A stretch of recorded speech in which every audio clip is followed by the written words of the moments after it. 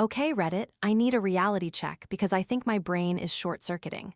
My boyfriend, ex-boyfriend, I guess, Thane, walked out on me 2 nights ago.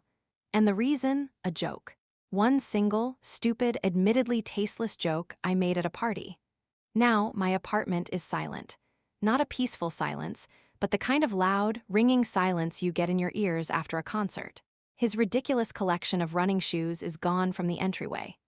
The bathroom counter is clean, too clean, without his beard trimmer and the dozen other products I never understood. He even took the ugly motivational poster he had taped to the inside of his closet door. He packed up half his life in under an hour and vanished as if he was never really here. I keep replaying it in my head, but the memory is foggy, like I'm watching it through dirty glass. I remember the laughter from my friends, a lot of it, but his face, it's just a blank. I know I messed up, I must have. You don't just detonate a 2-year relationship for no reason. But for this, for a few stupid words meant to get a laugh, so please just tell me. Am I the villain in this story? A complete monster? Or is it insane to throw everything away over one bad joke? I just need to hear it from someone outside my own head. Thane and I were good. No, we were great. For 2 years, he was my rock, the calm, steady center of my chaotic world. His defining characteristic was discipline, the kind that I, a professional procrastinator, could only marvel at. He was up at 4:30 a.m. every single day, even weekends, for his workout. His meals were prepped in neat little containers that filled an entire shelf of our fridge. It was a dedication that was almost religious. I used to tease him about it, calling him my beautiful, muscle-bound robot, and he'd just laugh and kiss my forehead. He told me once, late at night about high school, he wasn't always this, sculpted. He was Thane the Rail, a painfully skinny kid with a bad case of acne who was an easy target for bullies. He described getting pushed into lockers, having his lunch money stolen, the whole cliché, miserable movie montage. He said he started going to the gym not to get revenge or even to look good, but to build armor. That was his exact phrase. I needed to build something for myself that no one could take away, he'd said. I remember thinking it was a bit dramatic at the time, but I nodded and held him tight. I heard the story, but I don't think I ever truly understood the weight of it. To me, it was just a sad backstory. To him, it was his entire foundation. Then, about 6 months ago, I fell in with a new group of friends through a work project. Let's call them the gallery crowd. They were all sharp, witty, and devastatingly cool. Their humor was the currency of their friendship, fast, ironic, and often merciless. Everyone and everything was a potential target for a clever takedown. I was completely intimidated. I was just Aurora, a logistics coordinator at a decent company. I didn't have a scathing review published in an online journal or a portfolio of ironic photographs. I felt like an imposter, constantly trying to keep up, desperate to prove that I belonged.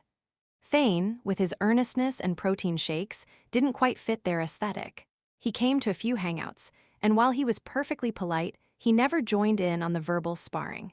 He'd just smile his quiet smile, and I could feel my friend's judgment, that subtle, unspoken dismissal. I started feeling this constant, low-grade anxiety to prove that I wasn't as simple or as earnest as my boyfriend. I needed to show them I was one of them. And at that party, I saw my chance to finally land a perfect punchline, right in the center of their circle.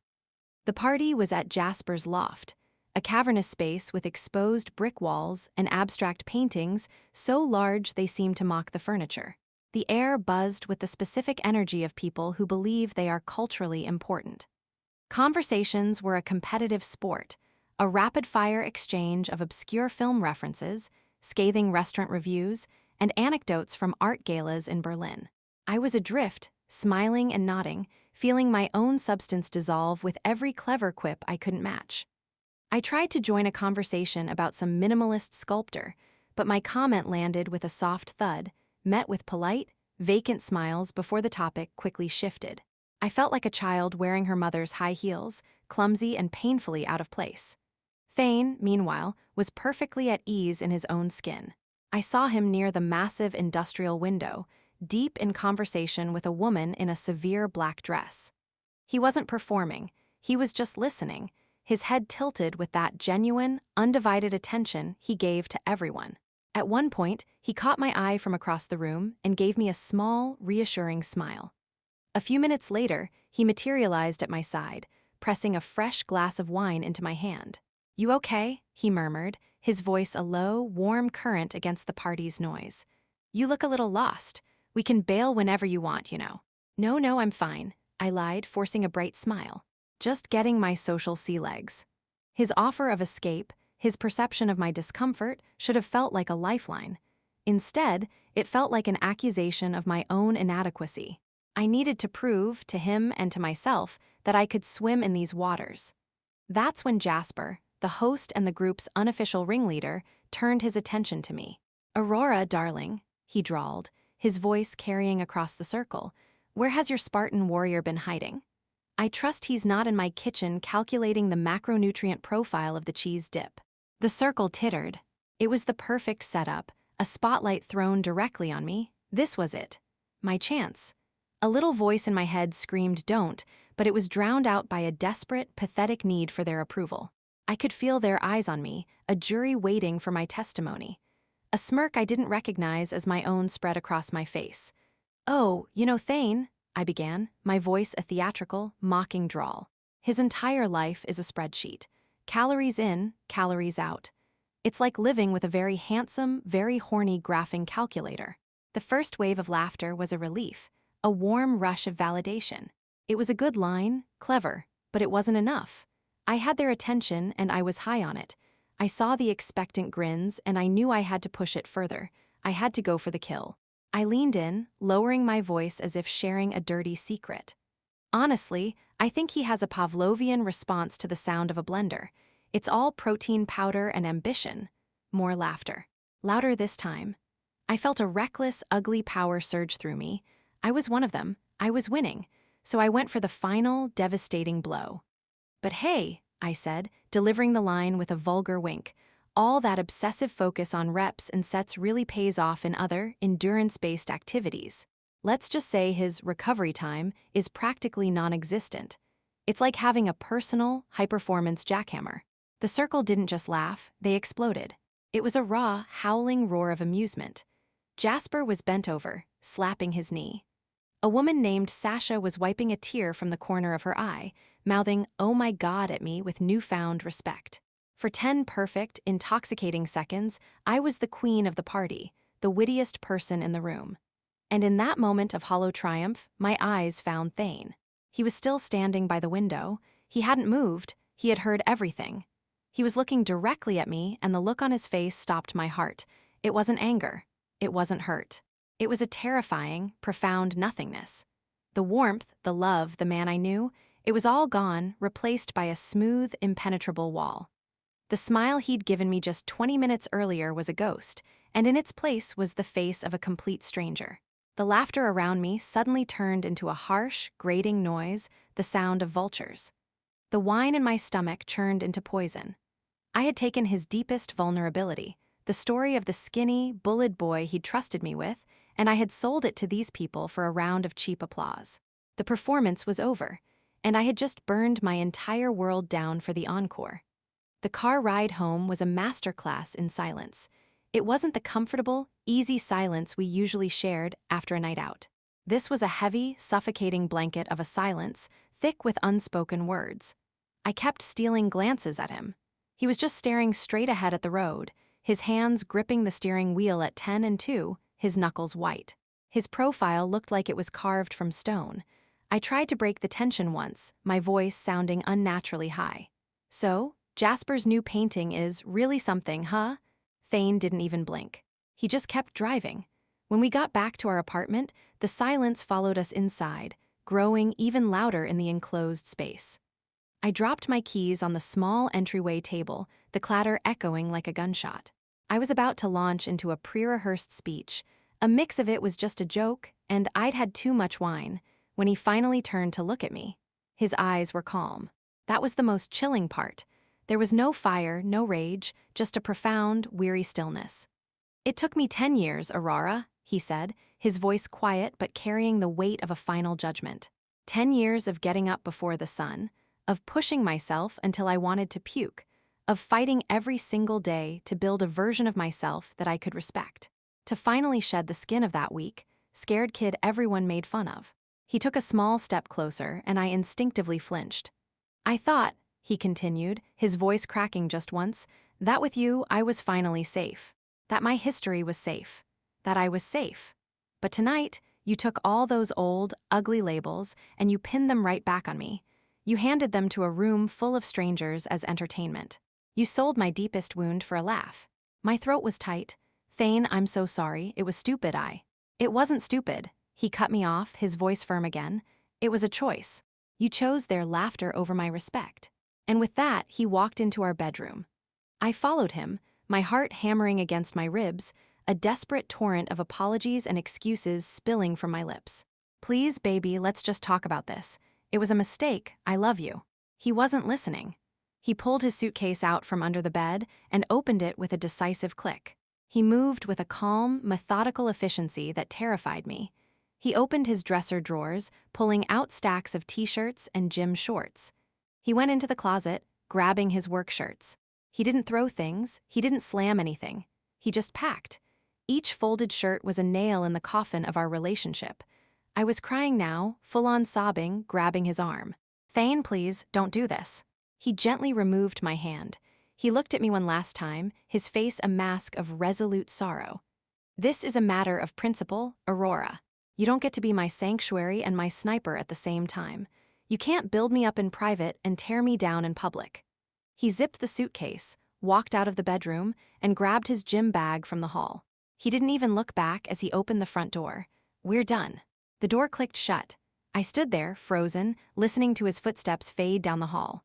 I pulled out my phone to call him, my fingers trembling. The call went straight to voicemail.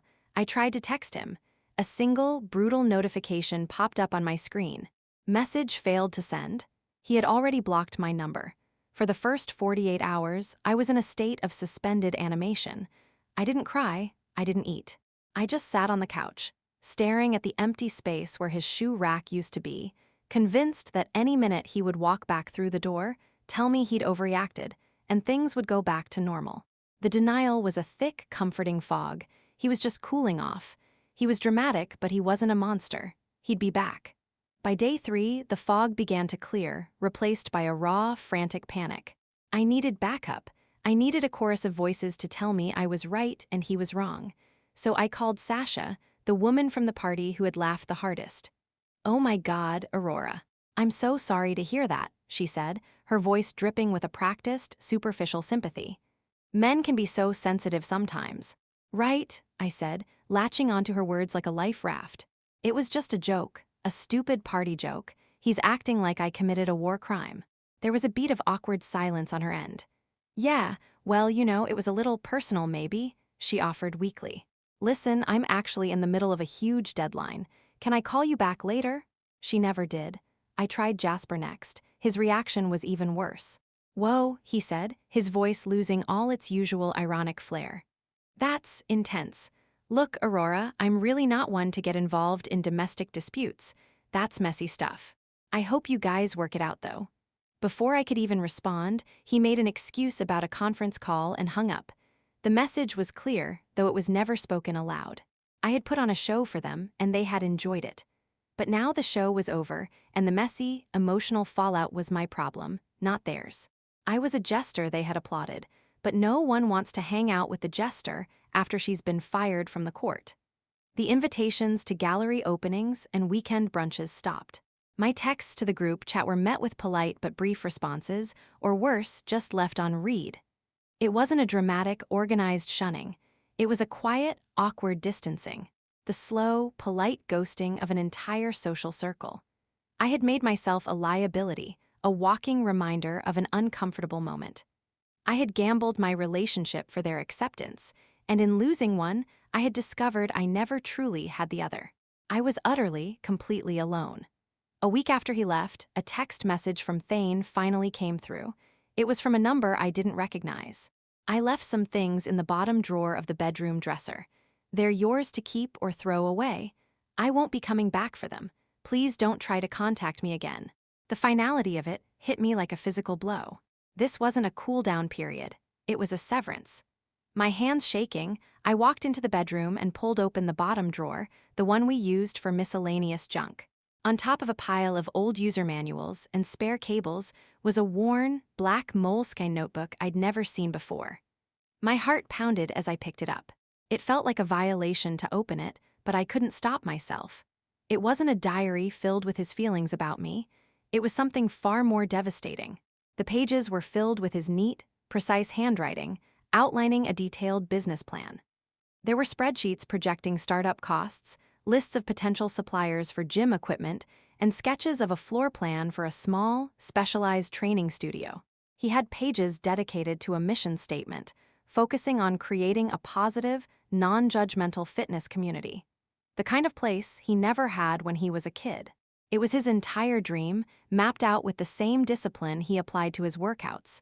I flipped to the first page. Written in the center, in careful block letters, was a title, Project Armor, and underneath it, a dedication that shattered what was left of my heart into a million pieces. For our future, A&T. Aurora and Thane. I sank to the floor, the notebook clutched to my chest. All those early mornings, all those meticulous meal preps, all the times I'd teased him for being obsessed, it wasn't just a hobby. It was a mission. He wasn't just building his body, he was building a future for us. A foundation. And I had taken that sacred, deeply personal mission, that armor he was building for both of us, and I had turned it into a cheap, vulgar punchline for a room full of people whose names I would probably forget in a year. The numbness that had cocooned me for a week finally broke, and a wave of pure, undiluted self-loathing washed over me. I finally understood. It wasn't about a joke. It was about a betrayal of the deepest trust. I hadn't just made fun of his hobby, I had laughed at his soul. It's been a month now. The silence in the apartment has settled into a permanent state. It no longer rings, it just absorbs all sound, a heavy, dead quiet. My friends from the gallery crowd have completely disappeared from my life, as I knew they would. My phone, once buzzing with their witty group chat, is now mostly silent, save for spam calls and reminders from my dental office. I spend my nights in a self-destructive loop that has become my new reality. I open Instagram, I type his name into the search bar. His profile is public now. He never made it public when we were together. Every post is a perfectly framed dagger to my heart. There are pictures of him with his friends, his real friends, smiling a genuine, unburdened smile I haven't seen in months. There are videos of him lifting weights, the sheer focus on his face a testament to the discipline I once found so amusing. Last night, he posted the one that finally broke me. It was a picture of him, standing in an empty commercial space with concrete floors and high ceilings. He was holding a set of keys, and his smile was radiant, blinding. The caption read, "Every dream starts with a foundation. Step 1, Project Armor." He's doing it. He's building his dream without me.